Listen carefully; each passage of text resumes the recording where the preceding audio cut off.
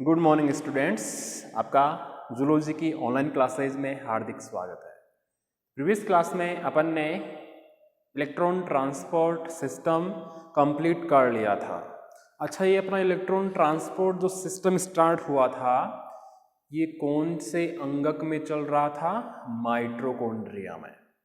जब अपनी cell biology वाली यूनिट स्टार्ट हुई थी तो उसमें मैंने अपन ने सेल के बारे में डीपली पढ़ा था और उसमें ये भी जाना था कि कोशिका के अंदर कौन कौन से अंगक उपस्थित होते हैं। अच्छे से जाना था अपन ने। इसमें सबसे पहले माइटोकॉन्ड्रिया था, एंडोप्लाज्मिक रेटिकुलम या अंतःप्रद्रवी जालिका थी, राइबोसोम थे, गोल्जी कॉम्प्लेक्स थे, माइक्रोबॉडीज थी, न्यूक्लियस था।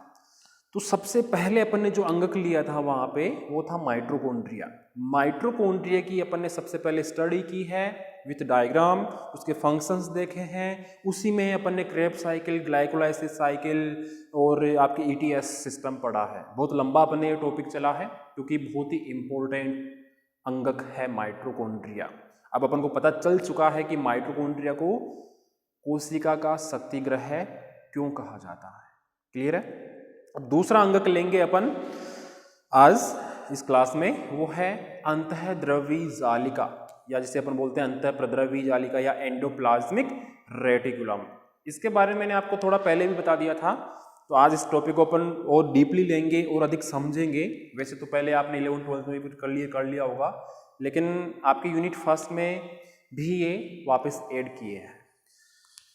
तो आज का जो अपना अंगक रहेगा वो है अंतःद्रवी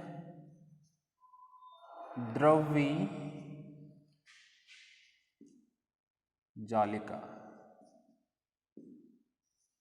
कई जगह प्रद्रवी भी लिखा हुआ होता है, इसे बोलते हैं एंडोप्लाज्मिक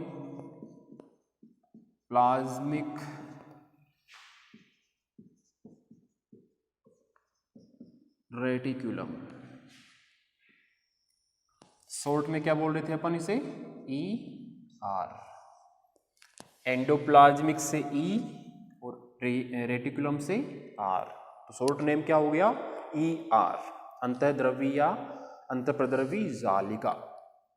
तो सबसे पहले अपन इसकी नॉर्मल जानकारी पर चर्चा करेंगे। तो एंडोप्लाज्मिक जो रेटिकुलम है, अंतःद्रवी जो जालिका है, वह सभी जंतु एवं पादप कोशिकाओं में पाई जाती है। यह सभी जंतु एवं पादप सेल्स में प्रेजेंट होती है। लेकिन सभी का मतलब ये नहीं है कि सभी उनमें छोटे मोटे जीव भी आ गए और आरबीसी सेल्स भी आ गई।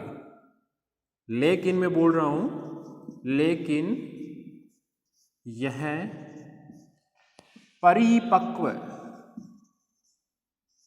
जिसे बोलते हैं मैच्योर आरबीसी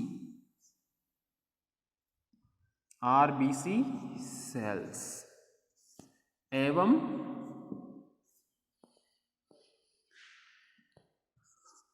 प्रोकैरियोटिक सेल्स में एब्सेंट होती है।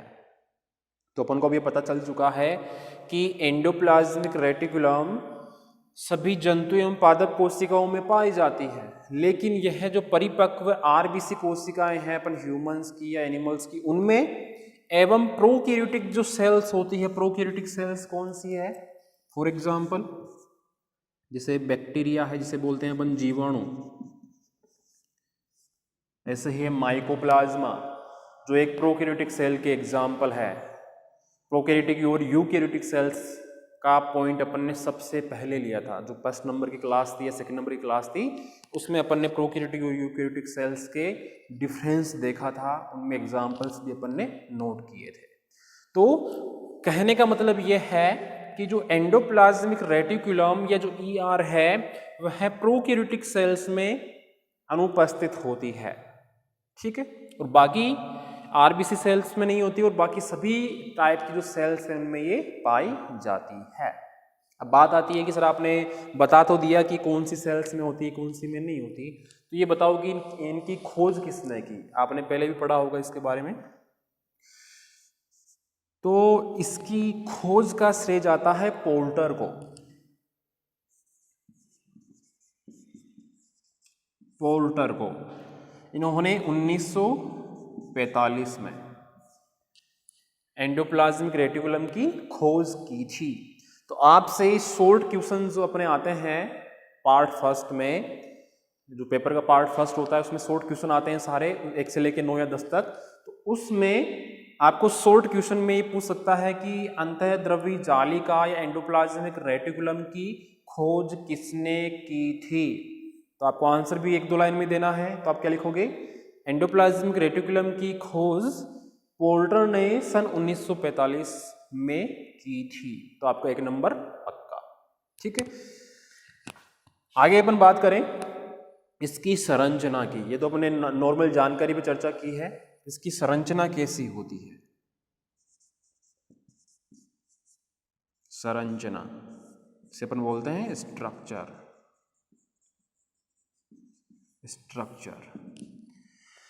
इसकी स्ट्रक्चर पे अगर हम बात करें तो सिस्टर्नी है, वेसिकल्स है और ट्यूब्यूल्स है। सिस्टर्नी को सिस्टर्न ही बोलते हैं हिंदी में भी, वेसिकल्स को बोलते हैं आशय और ट्यूब्यूल्स को बोलते हैं नलिकाएं। इन तीनों रचनाओं से मिलकर एंडोप्लाज्मिक रेटिकुलम बनी हुई होती है। तो सबसे पहले अपन इसकी संरचना में बात करेंगे वो है सिस्टर्नी। ये चीज नोट कर ली होगी आपने, समझ लिया होगा अच्छे से।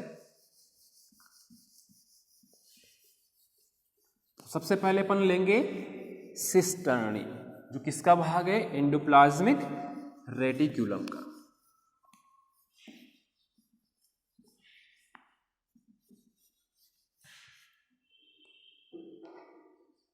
स्ट्रक्चर में सबसे पहला पार्ट है सिस्टर्नी।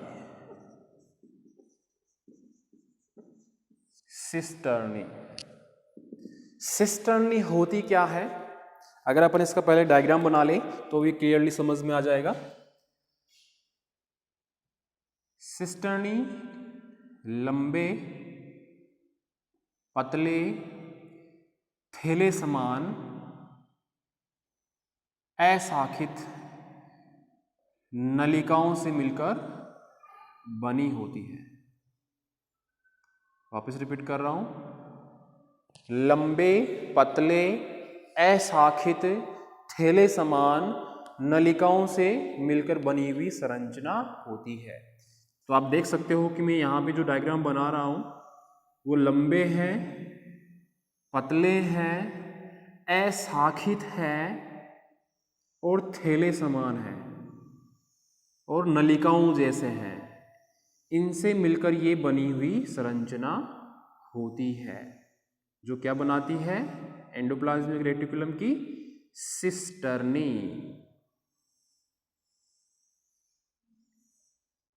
ऐसे एक दूसरे के ऊपर ये उपस्थित होती है। इसी में अगर आपने कुछ नोट किया हो कि इनमें दाने समान कुछ स्ट्रक्चर अवेलेबल होती है, ऐसे दाने जैसी, ऐसे।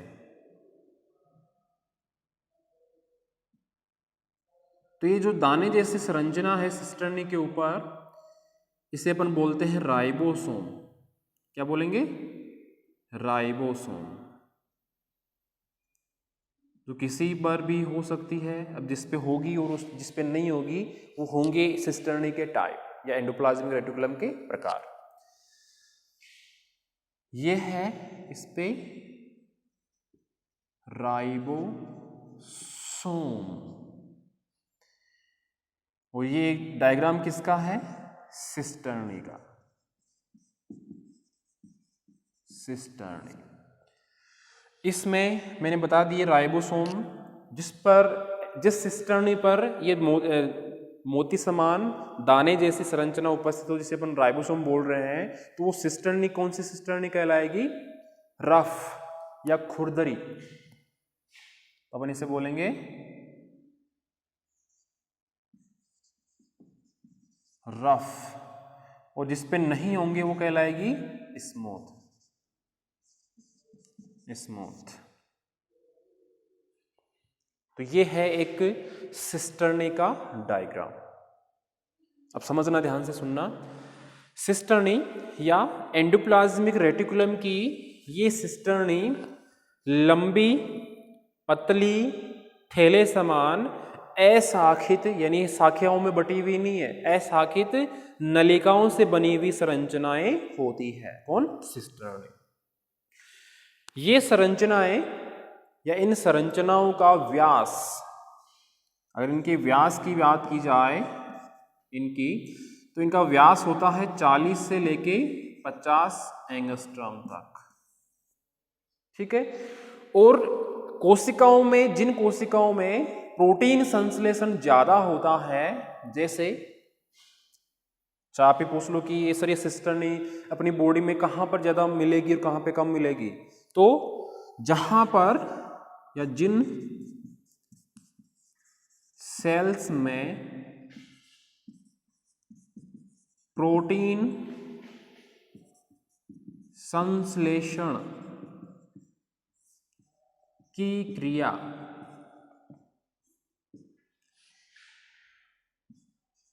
अधिक होती है। अब ऐसी सेल्स कौन सी होगी जब प्रोटीन संश्लेषण ज्यादा होगा? जैसे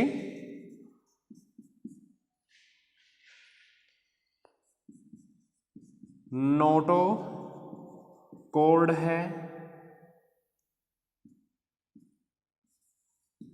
ब्रेन यानी मस्तिष्क है,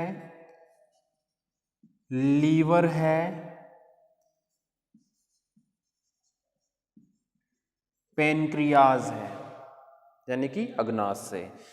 तो ये वो जगह है अपनी बॉडी में जहां पर प्रोटीन संश्लेषण या इनकी कोशिकाओं में प्रोटीन संश्लेषण ज्यादा होता है।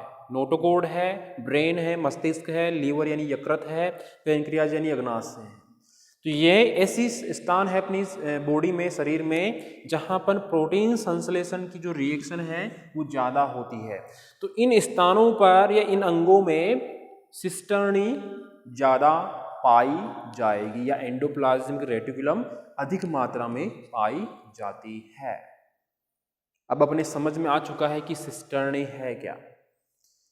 यह एंडोप्लाज्मिक रेटिकुलम की लंबी, पतली, थैले समान, अशाखित नलिकाओं से मिलकर बनी हुई संरचना होती है, जिसका व्यास 40 से 50 एंगस्ट्रम तक होता है। यह उन सेल्स में अधिक पाई जाती हैं जहां पर प्रोटीन संश्लेषण की क्रिया अधिक होती है, जैसे नोटोकॉर्ड है, ब्रेन है, लीवर है, पेनक्रियाज। ठीक है।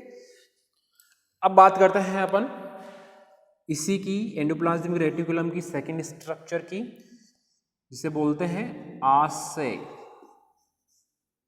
इंग्लिश में वेसिकल। वेसिकल।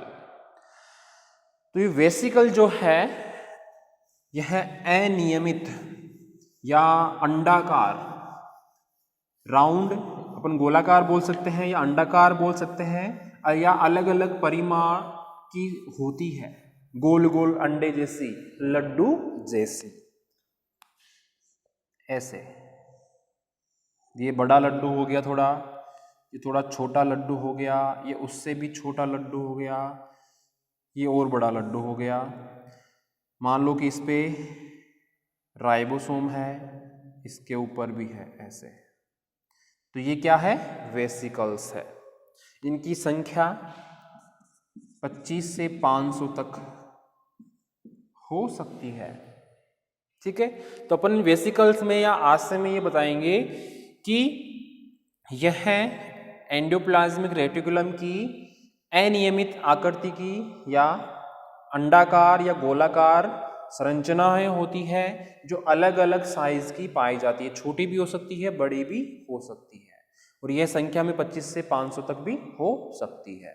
यह है वेसिकल्स, आज से गोल गोल होते हैं, ये चीज ध्यान रखना। थर्ड नंबर पे इसकी संरचना बात करें अपन तो है नलिकाएं। नलिकाएं जिन्हें इंग्लिश में बोलेंगे अपन ट्यूब्यूल्स। नलिकाएं या ट्यूब्यूल्स अनियमित रूप से शाखित होती है। अब कैसे शाखित होती है उसका एक डायग्राम बनाओ आपके सामने। ऐसे ये शाखा बन गई, फिर ये शाखा बन गई, फिर ये शाखा बन गई, एक ये शाखा बन गई, ये शाखा बन गई, फिर ये शाखा बन गई। ऐसे ऐसे ही दूसरी ट्यूब्यूल बनाए अपन। ये शाखा बन गई, ये शाखा बन गई, ये लो, इस पे मान लो कि राइबोसोम चिपका दिए, ये लो। तो ये क्या है, नली समान है और अनियमित रूप से शाखित है, यानी अनियमित रूप से बहुत जगहों पर शाखाओं में बटी हुई है। तो ये क्या कहलाएगी, ट्यूब जैसी संरचना ट्यूब्यूल्स कहलाएगी, नलिकाएं कहलाएगी। इनका जो व्यास होता है इन ट्यूब्यूल्स का वो होता है 50 से 100 एंगस्ट्रॉम तक। तो समझ में आ गया होगा आपके कि सिस्टर्नी क्या है, एंडोप्लाज्मिक रेटिकुलम की सिस्टर्नी क्या है, वेसिकल्स क्या है, ट्यूब्यूल्स क्या है। ट्यूब्यूल्स क्या है, यह अनियमित रूप से शाखित होती है और इनका व्यास, शाखित रचनाएं होती है और उनका व्यास 50 से 100 एंगस्ट्रॉम तक होता है। क्लियर है। तो ये तो हो गई एंडोप्लाज्मिक रेटिकुलम की संरचना, जिसमें अपन ने संरचना को 3 भागों में बांटा है। फर्स्ट नंबर पे सिस्टर्नी, ये डायग्राम। सेकंड नंबर पे वेसिकल्स जिसे बोलते हैं आज से, ये डायग्राम। थर्ड नंबर पे नलिकाएं, ये जिन्हें बोलते हैं ट्यूब्यूल्स, ये डायग्राम। तो आपको भी नोट्स में भी और लिखते टाइम समझते टाइम भी ये डायग्राम आपको ऐड करने हैं, तो अपने ये टॉपिक क्लियरली अच्छे से समझ में आ जाएगा। तो ये तो बात हो गई अपने स्ट्रक्चर की। अब बात करते हैं अपन एंडोप्लाज्मिक रेटिकुलम के टाइप की, कि एंडोप्लाज्मिक रेटिकुलम या अंतःप्रद्रवी जो जालिका है वो कितने प्रकार की होती है। एक छोटा सा हिंट मैंने आपको यहीं पे दे दिया है, रफ और स्मूथ, यानी कि एंडोप्लाज्मिक रेटिकुलम 2 टाइप की होती है। एक तो कणिकामय और दूसरी अकणिकामय। कणिकामय कण समान मैंने पहले बताया था, जिसपे राइबोसोम होंगे वो कण समान होगी और इसमें नहीं होंगे वो अकणिकामय होगी। तो जो कणिकामय है इसे बोलते हैं अपन ग्रेन्युलर, ग्रेन्युलर या rough endoplasmic reticulum, first type तो ये हो गया। अब जिस पे राइबोसोम नहीं होंगे वो कैसी होगी, एग्रेन्युलर या स्मूथ एंडोप्लाज्मिक रेटिकुलम। क्लियर है। तो उस चीज को अपन लिख के और क्लियर कर लेते हैं, इतना सा आपके समझ में आ गया होगा। बहुत ही इजी अंगक है एंडोप्लाज्मिक रेटिकुलम, कोई इसमें हार्ड वाली बात नहीं है बिल्कुल भी।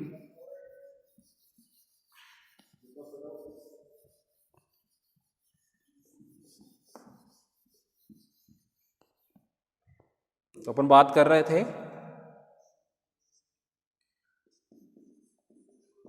Types of ER, ER means endoplasmic reticulum. First number है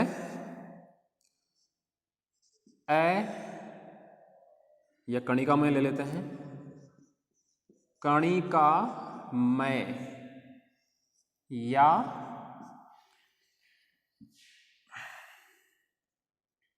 खुरदरी, कणिकामय या खुरदरी ER, जिसे अपन इंग्लिश में बोलेंगे ग्रेन्युलर, ग्रेन्युलर या खुरदरी को क्या बोल रहे हैं, रफ, रफ ER, ग्रेन्युलर या rough endoplasmic reticulum. First type तो ये हो गया। इस पे क्या अवेलेबल है ऐसा स्पेशल जिसके कारण इसको कणिकामय या खुरदरी बोल रहे हैं, राइबोसोम। कण समान रचना है, तभी तो कणिकामय बोल रहे हैं, क्योंकि राइबोसोम है। ठीक है। सेकंड नंबर, अकणिकामय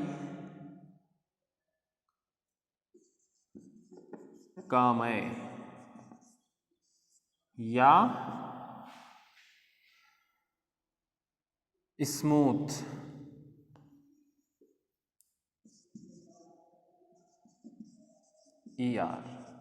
अकणिकामय को क्या बोलेंगे अपन? इसे स्मूथ को हिंदी में क्या लिखेंगे? चिकनी। चिकनी, क्योंकि जैसे अपनी सर्दियों में स्किन रफ हो जाती है, जैसे ही अपन वो वेसलिन या ऑयल लगाते हैं तो जो स्किन है अपनी चिकनी हो जाती है, वही बात है। इसे अपन बोलेंगे एग्रेन्युलर। एग्रेन्युलर या स्मूथ क्योंकि इस पे राइबोसोम अवेलेबल नहीं है, इसीलिए कैसी है? स्मूथ है, चिकनी है। ये हो गए इसके एंडोप्लाज्मिक रेटिकुलम के टाइप। अगर आप कुछ लिखना चाहो तो वो लिखना है राइबोसोम के बारे में कि इसमें उपस्थित है इसलिए रफ है, इसमें उपस्थित नहीं है इसलिए स्मूथ है। क्लियर है? अब अपन बात करेंगे कि इस एंडोप्लाज्मिक रेटिकुलम की उत्पत्ति होती कैसे है कोशिका में। जैसे कि अपन ने एक माइटोकॉन्ड्रिया की उत्पत्ति भी पढ़ी थी कि माइटोकॉन्ड्रिया किसी पूर्व स्थित माइटोकॉन्ड्रिया से बन जाएगा सेल डिवीजन के टाइम, या फिर प्लाज्मा मेम्ब्रेन के अंतर्वलन से भी बन जाएगा, या फिर कोई माइक्रोबॉडीज भी माइटोकॉन्ड्रिया बना सकती है। तो वैसे ही सेम जैसे अपन ने माइटोकॉन्ड्रिया में पढ़ा था, वैसे ही अपन एंडोप्लाज्मिक रेटिकुलम का भी पढ़ेंगे।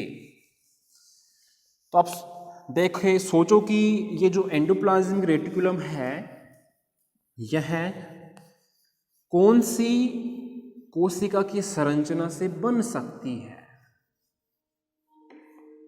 यह किसके पास होती है, किसके चारों तरफ होती है? सबसे पहले अपन को ये दिमाग लगाना है। अगर आपको याद हो तो अपन ने जब प्रोकैरियोटिक और यूकैरियोटिक सेल्स में अंतर बताए थे विथ डायग्राम बनाकर, तो अपन ने यूकैरियोटिक सेल का एक डायग्राम बनाया था, उसके चारों तरफ, न्यूक्लियस के चारों तरफ ये एंडोप्लाज्मिक रेटिकुलम भी बनाई थी। तो उसके बेस पर अपन बोल सकते हैं ER की उत्पत्ति कैसे होती है? फॉर एग्जाम्पल, केंद्रक कला से, जिसे अपन बोलेंगे nuclear membrane. Nuclear membrane cytoplasm में एंडोप्लाज्मिक रेटिकुलम बना सकती है। अब मैं एक डायग्राम बना के अगर आपको बताना चाहूँ, जैसे मान लो कोई यूकैरियोटिक सेल है, इसमें ये सेंटर में इसका न्यूक्लियस है, इसके चारों तरफ अपन क्या बनाते हैं? एंडोप्लाज्मिक रेटिकुलम बनाते हैं। ऐसे बनाई थी अपन ने। जो इस न्यूक्लियस की, इस केंद्रक की जो ये न्यूक्लियर मेम्ब्रेन है चारों तरफ, इसके माध्यम से ही ये एंडोप्लाज्मिक रेटिकुलम बनती रहती है इसके चारों तरफ। इसीलिए अपन ने यहाँ पे एग्जाम्पल लिया है इसका। अभी तक साइंटिस्ट यही मान रहे हैं कि ओनली यह केंद्रक कला या न्यूक्लियर मेम्ब्रेन से ही बनती है। बस इतना साइड कर देना है आपको। क्लियर है? अब अपन बात करेंगे कि जो एंडोप्लाज्मिक रेटिकुलम है, इसके कार्य क्या है। सबसे मेन चीज यही है, कई बार आपके जो शॉर्ट क्वेश्चंस आते हैं उनमें डायरेक्टली अंतःप्रद्रवी जालिका के 5 कार्य बताइए या 2 कार्य बताइए, इससे पूछ लिया जाता है। अगर अपन को याद है कि एंडोप्लाज्मिक रेटिकुलम क्या क्या कार्य करती है, तो वहां पे एक नंबर अपना क्लियर हो जाता है। तो एंडोप्लाज्मिक रेटिकुलम के कार्य क्या क्या हो सकते हैं, अगर आपको थोड़ा सा भी याद हो तो अभी अपन ने देखा कि एक पिंजरे जैसी संरचना बना रही है कोशिका के अंदर, तो अपन बोल सकते हैं कि ये कोशिका को यांत्रिक सहारा प्रदान करती है। इसके अलावा जो नेसेसरी एलिमेंट्स है या जो मॉलिक्यूल्स हैं उनका ये ट्रांसपोर्ट भी करेगी, इंट्रासेलुलर ट्रांसपोर्ट भी करेगी, मेटाबॉलिक एक्टिविटीज में भी भाग लेगी और जो संश्लेषी क्रियाएं हैं उनमें भी भाग लेगी। तो अगला पॉइंट है इसमें अपना फंक्शंस ऑफ ईआर, यानी कि एंडोप्लाज्मिक रेटिकुलम के कार्य। फर्स्ट है यांत्रिक सहारा। यांत्रिक सहारा यानी कि सेल को पिचकने से ये रोकती है, इसे अपन बोलते हैं मैकेनिकल सपोर्ट प्रदान करती है। फर्स्ट नंबर ये हो गया। सेकेंड नंबर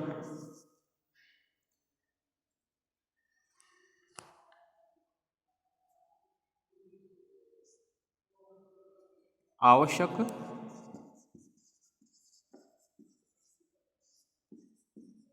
पदार्थों का विनिमय। इसका अपन लिख सकते हैं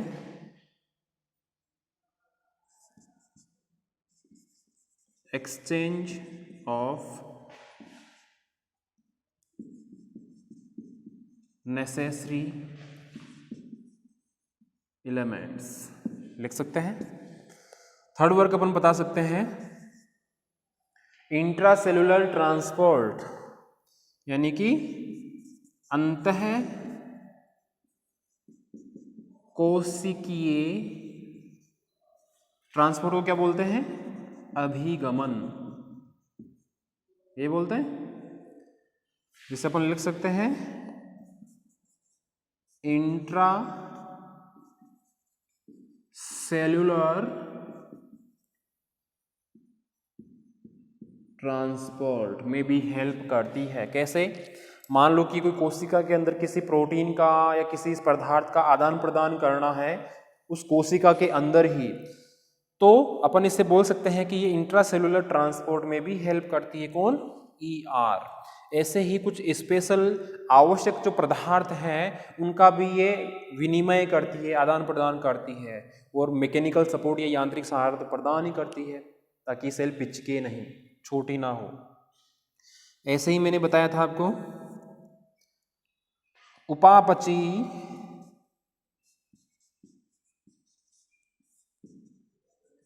क्रियाओं में,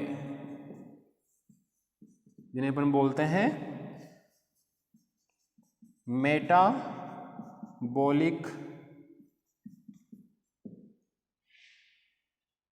एक्टिविटीज भी बोल सकते हैं, रिएक्शंस भी बोल सकते हैं, एक्टिविटीज, यानी जो उपापचयी क्रियाएं चलती रहती है कोशिकाओं में, उनमें भी ये एंडोप्लाज्मिक रेटिकुलम सहायता करती है। एक वर्क और ले लेते हैं संश्लेषी क्रियाओं में, जिन्हें अपन बोलते हैं सिंथेटिक एक्टिविटीज, यानी कि ये रफ ईआर है, इसके पास है राइबोसोम। तो राइबोसोम का अपन को पता है कि यह प्रोटीन संश्लेषण में भाग लेता है। प्रोटीन संश्लेषण है किस पे उपस्थित ये राइबोसोम? एंडोप्लाज्मिक रेटिकुलम के ऊपर। तो अपन बोल सकते हैं कि यह एंडोप्लाज्मिक रेटिकुलम रफ प्रकार की, खुरदरी प्रकार की अंतःपरद्रवी जालिका संश्लेषी क्रियाओं या प्रोटीन संश्लेषण में भी भाग लेती है। तो ये अपन ने 5 इसके मोस्ट वर्क जाने हैं, इसके फंक्शंस जाने हैं जो एक एंडोप्लाज्मिक रेटिकुलम या अंतःपरद्रवी जालिका द्वारा किए जाते हैं। क्लियर है? तो इस प्रकार से अपना जो एंडोप्लाज्मिक रेटिकुलम का टॉपिक था, अंगक का टॉपिक था, वो कंप्लीट है।